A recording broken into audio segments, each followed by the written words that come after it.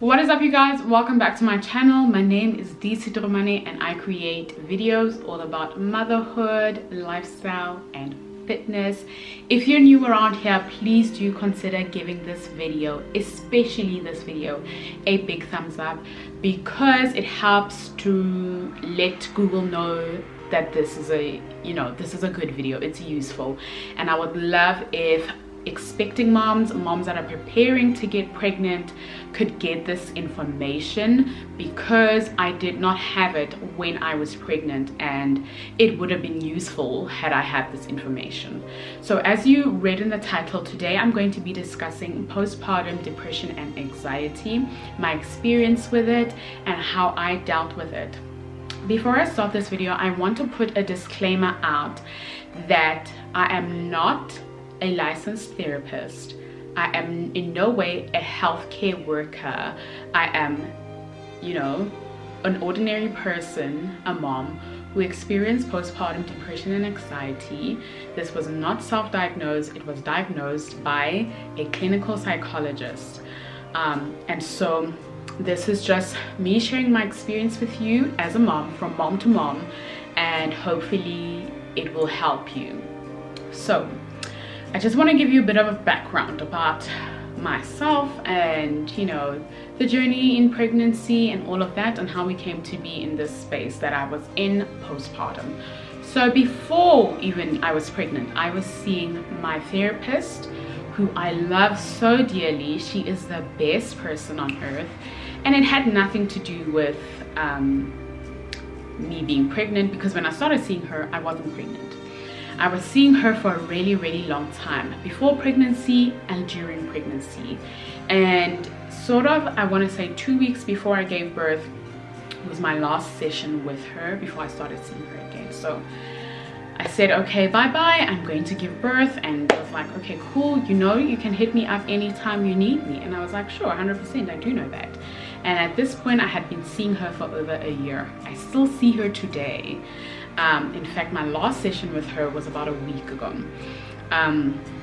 So I went off, gave birth, and thought, it's going to be so beautiful. People always say that, the sound that the baby makes, the crying sound that the baby makes as soon as they're born, you're just going to fall in love with them. And if you watch my birth story and my birth vlog, which I will link up here and in the description box below, I didn't quite experience this immediate bond with my child. And I was just like, oh hey, nice to see you, how's it going? But it wasn't like, oh, I'm so in love, blah blah blah, this is the best day of my life. And so I was like, oh, that's a bit strange, but I just brushed it off. I struggled with breastfeeding, and Zion was born 2 weeks before we were in hectic lockdown in South Africa. And so I did my postpartum in lockdown, pretty much all of it, okay? And this left me really, obviously, I felt stranded, I felt lonely, I felt like I didn't know what I was doing. I felt helpless, really, but I had to keep moving, because I was like, this child depends on me to live, so I cannot stay stuck in feeling helpless and lonely and not knowing what I'm doing. I just gotta keep moving. And that is a coping mechanism that I feel like I use for a lot of things. I'm like, this is terrible, this is trash right now, but I need to move. I'm sort of just like, I don't have time for feelings, okay? Put them on a bookshelf somewhere in my brain and I will come back to them when I'm ready, which obviously I never do really come back to them like consciously, but my body makes me go back to them. But by the time that happens, it is a mess, it's a train wreck. And so fast forward to 6 weeks postpartum, I did go for my 1 week checkup by myself. I did not bring my baby with, because he was in a billy bed and he could not leave the billy bed. I went to my 1 week checkup by myself, went to my 6 week checkup by myself, and obviously I went to the OBGYN, which is the person that delivered Zion, and nothing was said. and I was just like, alright, cool. He was just sort of like, if you want to exercise, you know, you can take a walk, because at the time gyms were closed, you couldn't really leave your house, so I just walked around the complex. But nothing else was said other than that. And I just started having these feelings of, well, this sucks, you know. First of all, lockdown sucked. It's something that I'd never experienced in my life. A lot of us had never experienced not being able to go anywhere. I'm a homebody myself. I don't go anywhere. But the freedom of leaving when I want to leave the house was taken away from me, and I was just like, well, that sucks. I cannot go get a coffee, I cannot go get a slice of cake. I just have to be here with my child, whom I'm just like, hello child, I'm your mom, you know. It's not like, oh, I love you so much. But once again, I just shoved those feelings aside, and I was like, breastfeed, blah blah blah blah. And looking back on it now, I just realized that, you guys, sleep deprivation is detrimental to your mental health. If you can help it, and I'm not talking about the new moms who have to get up every 3 hours, or the baby is up every hour on the hour wanting a boob. I'm talking about just general people. If you can help it, please get your 8 hours of sleep at night. There is absolutely no reason why you shouldn't be getting 8 hours of sleep at night. Get your 8 hours of sleep. Sleep deprivation is so detrimental to your health, not just mental health. It increases your cortisol level, it decreases your testosterone levels, it makes you delusional, it makes you go crazy. Now add on top of that a child who needs to be sustained from your body, the body that is healing from abdominal surgery, in order to retrieve said child. And so for me, the things that were sort of leading me down this road that I didn't know I was going down on was the lockdown, was struggling with breastfeeding, was a jaundiced baby, and was sleep deprivation. Sleep deprivation definitely played a huge role in it. And so the one day, I'm gonna try not to cry when I say this, the one day I just, you know, I started working, as in like making cakes and stuff, 6 weeks after my son was born, which was not the right decision, okay? Looking back, I know now it was not a good decision. But for me personally, growing up, I grew up in a household where nothing was said about anything. You feeling a type of way? Keep that to yourself. Nobody wants to hear about that. Why are you crying? You're sad? Put that sadness away. You know, so I think I spent a lot of my time just zipping it up. Like I said, I just put it on a shelf in my brain, like I was trained how to do as a child, and was like, you'll come back to it later. Right now is no time for tears, you'll come back to it later. And so I kept quiet. I didn't tell my partner that I was feeling A, B, C, and D way. Until one day, I think I was out delivering a cake, and I had these thoughts in my mind that I'm going to just drive this car into the barrier of the highway and end my life. And so I came home and I told him this. I don't know why I told him. I think it was a cry for help. Like, I'm having these thoughts that I've never dealt with depression before, ever in my life. I'm having these thoughts that I want to end my life. What the heck is happening? How could I do that? So other than me wanting to end my life, then it's coupled with shame for how dare you want to end your life when you just gave birth to a child? What a terrible mom you are. So I'm mom shaming myself for postpartum depression. I don't know why, but like I said, in growing up, we didn't speak about our feelings. Nobody spoke about their feelings. It was just like you can feel that there's tension in the air, and now you walk on eggshells, okay? So I kept quiet until it got really bad, till to the point that I was like, off with my head, I don't want to be here anymore. So he was like, why don't you go see your therapist? Where's Debbie is her name? And funny enough, the night before, I think I had read an email from her, from my therapist, sort of just like for people that subscribe to her email list and all of this. So I was like, okay, I'll send her an email, I'll send her a WhatsApp and let her, ask if she's seeing clients and how it's working, blah blah blah, because I'm not too much of a fan of virtual consultations. I wasn't a fan.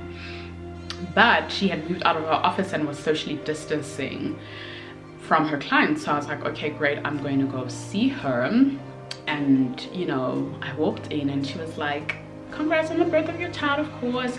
And then the waterworks just started and she was like, okay, what is happening? And I explained what was happening and she was like, oh darn it, you are having postpartum depression. And she offered me meds, and I just want to say that if you are on meds, take your meds. If you cannot, if your body cannot produce the neurotransmitters and the hormones that it needs in order for you to not feel like you want to end your life, please take the meds. She offered me meds and I said no thank you, because I just felt like the best way for me to deal with this is for me to come see her, because I didn't have any other support. Obviously my child's father is there, but he didn't carry a child for 9 months. He didn't birth a child. He didn't have his hormones ghost him. He didn't have night sweats. He doesn't know anything of what is happening. I did not have access to any other person because of lockdown. And so I felt as though the best way for me to deal with this is to talk it through and come see her every week. And so she allowed for that to be. But other than the depression, I feel like the anxiety was worse than the depression. I don't know how, but the anxiety, I think, yeah, the anxiety was worse than the depression because it hindered me from being and sort of, I don't know how to explain this. It hindered me from being 100% myself. It hindered me from sleeping. I was awake all the time, guys. When the baby was sleeping, I was awake watching him because I was like, oh my gosh, what if he stops breathing? The time we never went anywhere, but I was afraid of getting in the car because I was afraid of what I would do, but I was also afraid of what other people on the roads would do. Like, even though he wasn't in the car, I was afraid that people would crash into me and I would die, and then my child would be motherless. I was afraid while he's sleeping he would choke in his sleep because he had such bad acid reflux. I was afraid literally that my nipples were gonna fall off because breastfeeding was terrible. It was bad. It was bad. But I just want to say, I'm begging you, if you're watching this right now, please give it a thumbs up, because if there's a mom out there that is searching on YouTube, on Google, postpartum depression, this video may come up for them and it may help them. I did not have the resources when I had this. Only afterwards, after seeing my therapist, did I then start following people on Instagram, listening to podcasts that were helpful, because that was how I could manage this and deal with this. The people that I followed, the #1 podcast that I can tell you to listen to is Herself Podcast. Listen to their podcast, follow them on Instagram. They bring on experts from different fields to really help the mom. It could be about dermatology, other moms who are also psychologists, and so on and so forth. But Herself Podcast, I will write it all down in the description box, was just so helpful.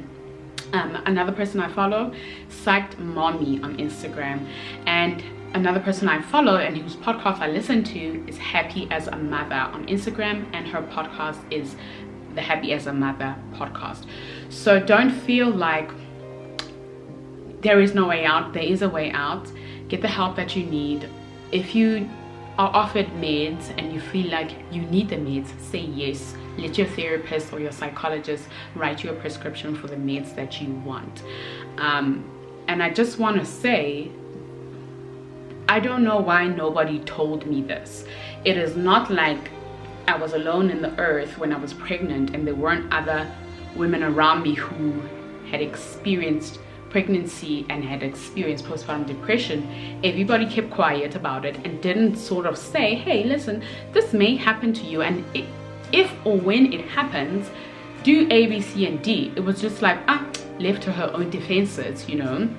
But luckily enough, I did have the support that I needed, and I'm so grateful to my therapist. You guys, find a therapist that you gel with, okay? Even if it's not to do with postpartum depression, if you've got other issues in your life that you need to talk to somebody about, find a therapist that you gel with. If you do not click with the therapist, fire her or him, okay?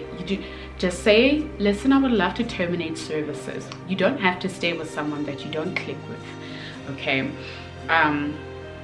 But yeah, it was hard, but I'm here and I'm still seeing my therapist. She is the bomb.com. Please, once again, give this video a thumbs up and do subscribe to my channel if motherhood, lifestyle, and fitness are what you are into. Thank you so much for watching this video. I will see you in Thursday's video. Bye.